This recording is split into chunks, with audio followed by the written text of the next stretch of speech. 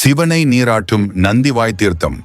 பழைய கோவில்களில் உள்ள அதிசயமான கட்டுமான அமைப்புகள் அல்லது இயற்கைக்கு மாறாக இருக்கும் புதிரான நிகழ்வுகள் ஆகியவை பற்றி அவ்வப்போது நாம் கேள்விப்படுவதுண்டு.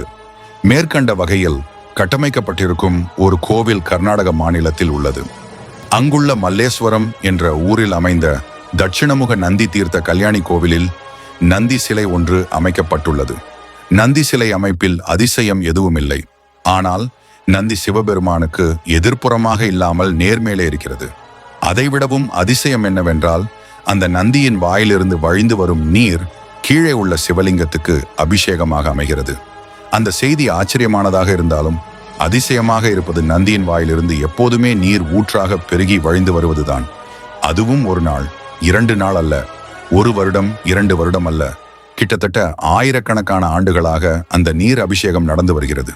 சிவபெருமானுக்கு அபிஷேகமாக மாறிய பிறகு அந்த நீர் எதிரில் உள்ள கோவில் தீர்த்த குளத்தில் கலந்து விடுவது போல செய்யப்பட்டுள்ளது.